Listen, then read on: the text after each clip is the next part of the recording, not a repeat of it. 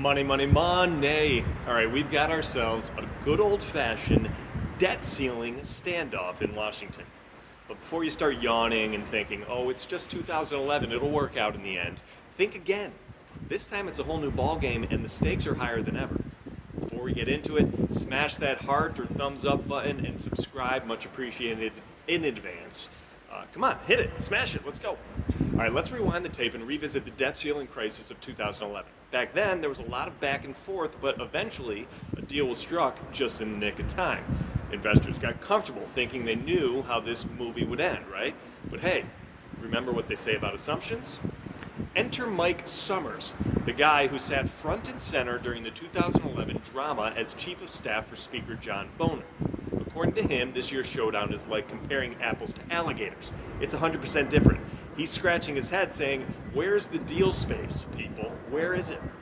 So what's changed? Well, for starters, the talks in 2011 began much earlier, and there was a different political atmosphere at the time.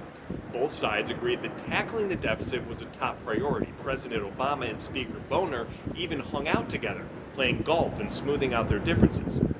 Talk about building bridges, right? But fast forward to today, and it's a whole new ballgame.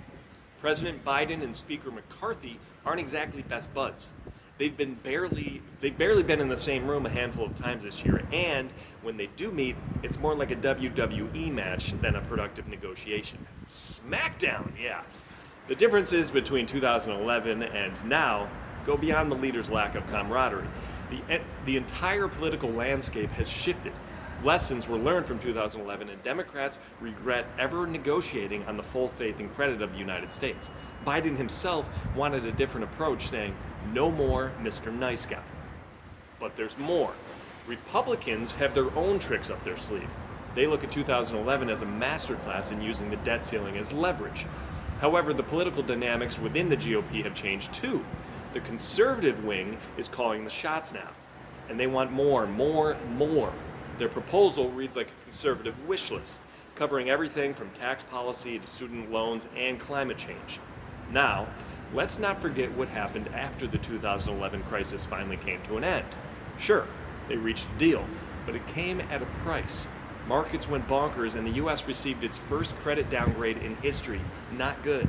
We can't underestimate the risks involved in downplaying the chances of a default. Treasury Secretary Janet Yellen warned us it would be an economic and financial catastrophe. Yeah, it would hurt. So, my friends, don't be lulled into a false sense of security. This debt ceiling standoff is not your average rerun. We're in uncharted territory with high tensions and limited time. Will a solution magically appear at the last minute like in 2011, or are we headed for disaster? Only time will tell. Buckle up and stay tuned for the thrilling conclusion in this nail-biting saga. What do you think about this latest development?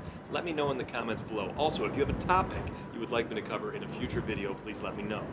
As always, don't forget to follow, thumbs up, like, and subscribe for more updates on the wild world of finance. Thanks for tuning in.